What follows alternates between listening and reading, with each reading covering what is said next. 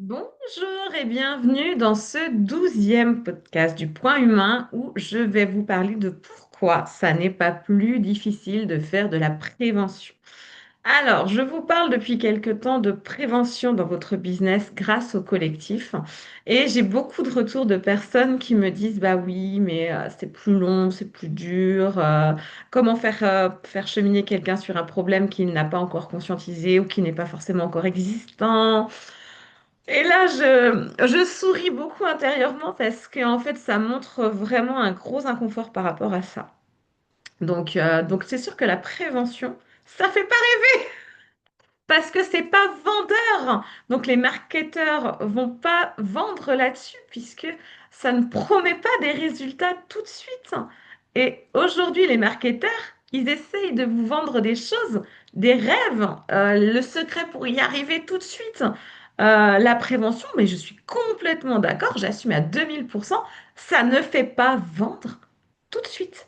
Il n'y a pas de souci, hein. C'est pas grâce à de la prévention que vous allez faire 15 000 euros par mois. Absolument pas. Non. Qu'est-ce que ça permet, la prévention? Dans une stratégie business, la prévention, ça permet de connecter, de travailler la confiance et de orienter vers du high ticket. C'est la stratégie. La prévention, en plus d'être bon pour vos clients, elle est bon pour votre business, pour votre stratégie et elle est bien aussi pour vous. Alors, si je regarde une personne, donc je prends l'exemple de ma coach qui, du coup, elle est dans tout ce qui va être burn-out. Et elle commence à en avoir ras-le-bol, en fait. À chaque fois, les personnes qui viennent la voir, elles sont au bout du bout. Elles se sont pris le mur parce que bien souvent on me dit oui, il y a des fois les personnes, même souvent, il faut vraiment se prendre le mur pour pouvoir passer à l'action. Et donc, cette coach-là, elle est épuisée de voir toutes les personnes se prendre ce fameux mur.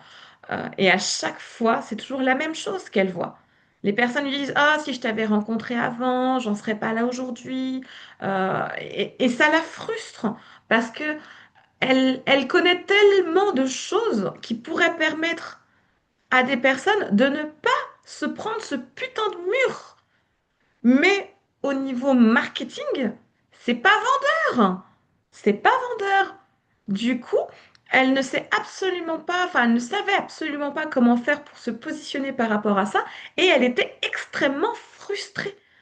Du coup, elle avait vraiment à chaque fois, elle voyait des personnes, mais étaient au bout du bout. Alors, elle était, oui, certes, super contente de pouvoir les aider à se relever, de pouvoir les aider à se relever plus vite que si elle n'avait pas pris l'accompagnement avec elle, mais malgré tout, d'être présente une fois qu'elles se sont cassées la gueule.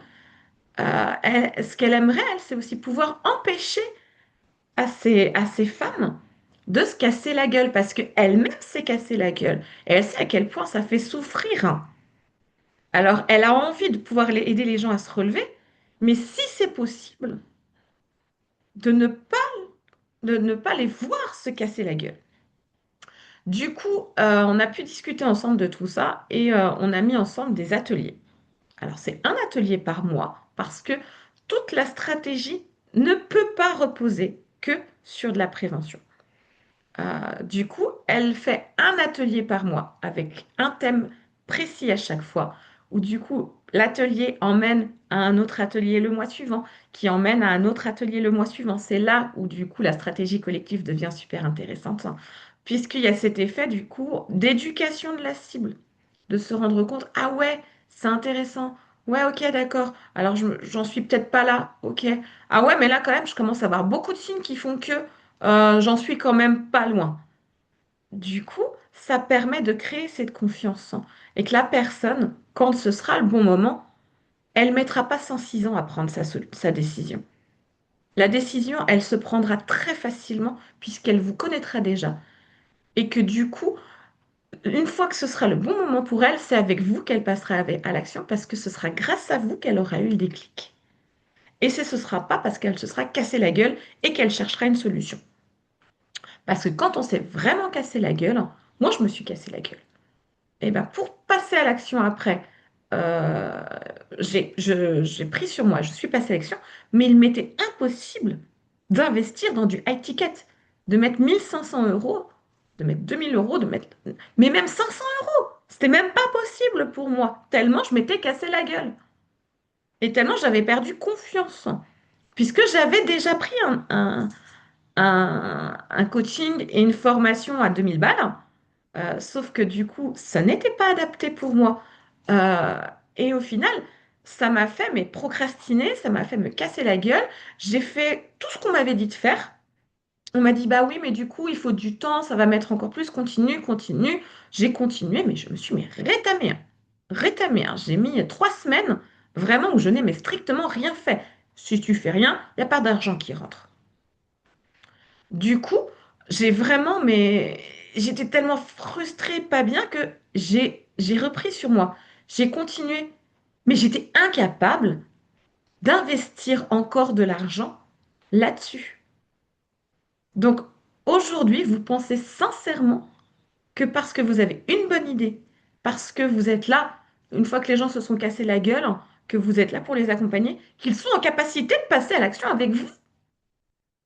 Ben, il y en a peut-être oui, mais il y en a pour peut-être non. Et à quand est-ce que vous parlez à ces personnes-là? Qui pour elles, ce sera peut-être que dans 6 mois qu'elles pourront passer à l'action. Mais vous leur faire perdre encore du temps. Et vous vous faites perdre du temps à vous-même dans votre business. Donc c'est sûr, je vais être franche, les marketeurs ne vous le disent pas puisque ce n'est pas vendeur et ça ne fait pas rêver. Mais aujourd'hui, est-ce que toi, ton business, tu as envie qu'il repose sur un rêve? Je pense que tu as envie qu'il repose sur des bases solides et pas sur une approximation, pas sur un peut-être. Sur ce côté que je construis pour l'avenir. Si tu veux construire pour l'avenir, aujourd'hui, va peut-être falloir penser à adapter ta manière de communiquer et en passer par cette prévention. C'est comme si je te disais qu'un cardiologue, il avait peur de faire de la prévention. Parce que il avait envie d'attendre que la personne elle soit dans le dur, qu'elle ait fait son infarctus pour qu'elle puisse avoir besoin de ses services. Bah, c'est exactement la même chose que tu fais sur ton business. T'aimes peut-être pas l'image, mais aujourd'hui, c'est exactement ce que tu fais. Tu vis sur la douleur des gens. Donc ouais, je suis désolée, ça fait pas forcément du bien à entendre. Moi, c'est exactement la même chose. Je vis sur la douleur des gens, mais il est hors de question que je ne fasse que vivre sur la douleur des gens.